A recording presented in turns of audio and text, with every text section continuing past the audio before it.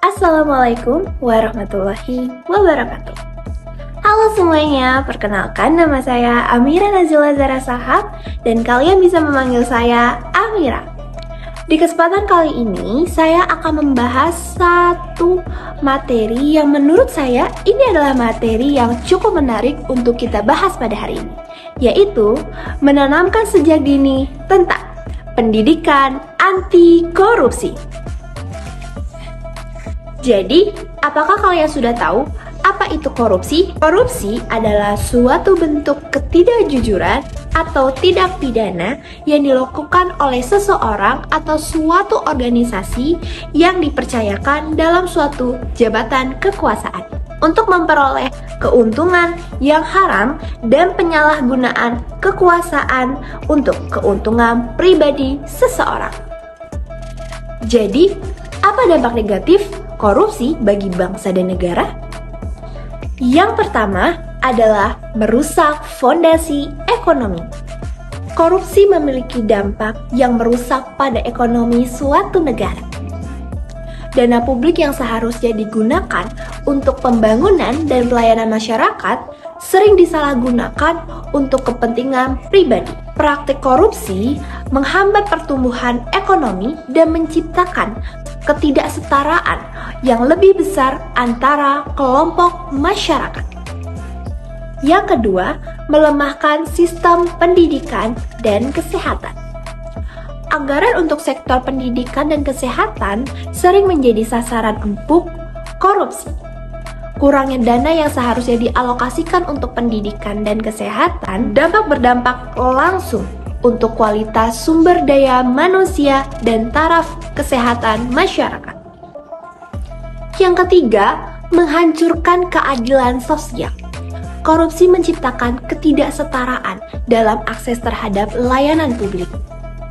Masyarakat yang kurang mampu sering menjadi korban utama. Sementara elit koruptor memperoleh fasilitas dan keistimewaan tanpa batas. Hal ini mengancam prinsip-prinsip keadilan sosial yang merupakan landasan negara kita. Yang keempat, menurunkan kepercayaan publik. Karena banyaknya tindak korupsi yang terjadi di negara kita ini, mengakibatkan banyak dari masyarakat kita yang sudah turun kepercayaannya terhadap lembaga negara.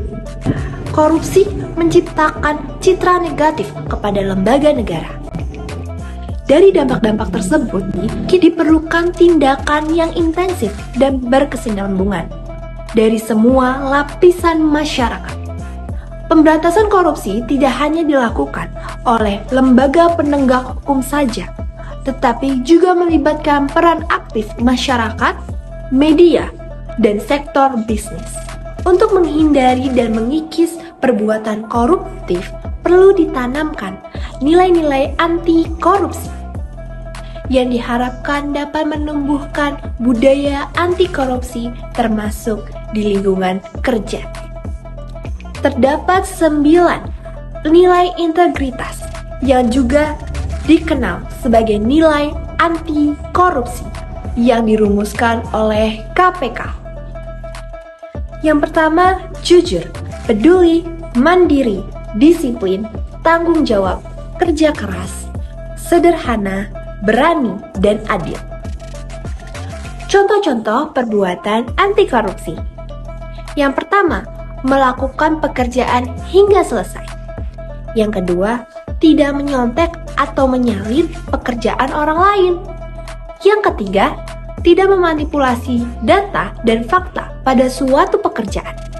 Yang keempat, bersikap arif dan bijaksana dalam mengambil keputusan. Berpartisipasi dalam kegiatan anti korupsi bisa dilakukan di lingkungan sekolah atau masyarakat. Inilah beberapa contoh di lingkungan sekolah. Pertama, siswa berlatih melalui kantin kejujuran. Kedua, siswa berlatih mengoreksi sendiri tugas atau latihan.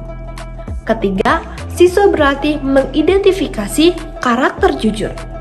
Yang keempat, sekolah memberikan ekstrakurikuler khusus. Yang kelima, siswa dan guru memahami manfaat kejujuran dan kedisiplinan. Mungkin segitu dulu materi dari saya.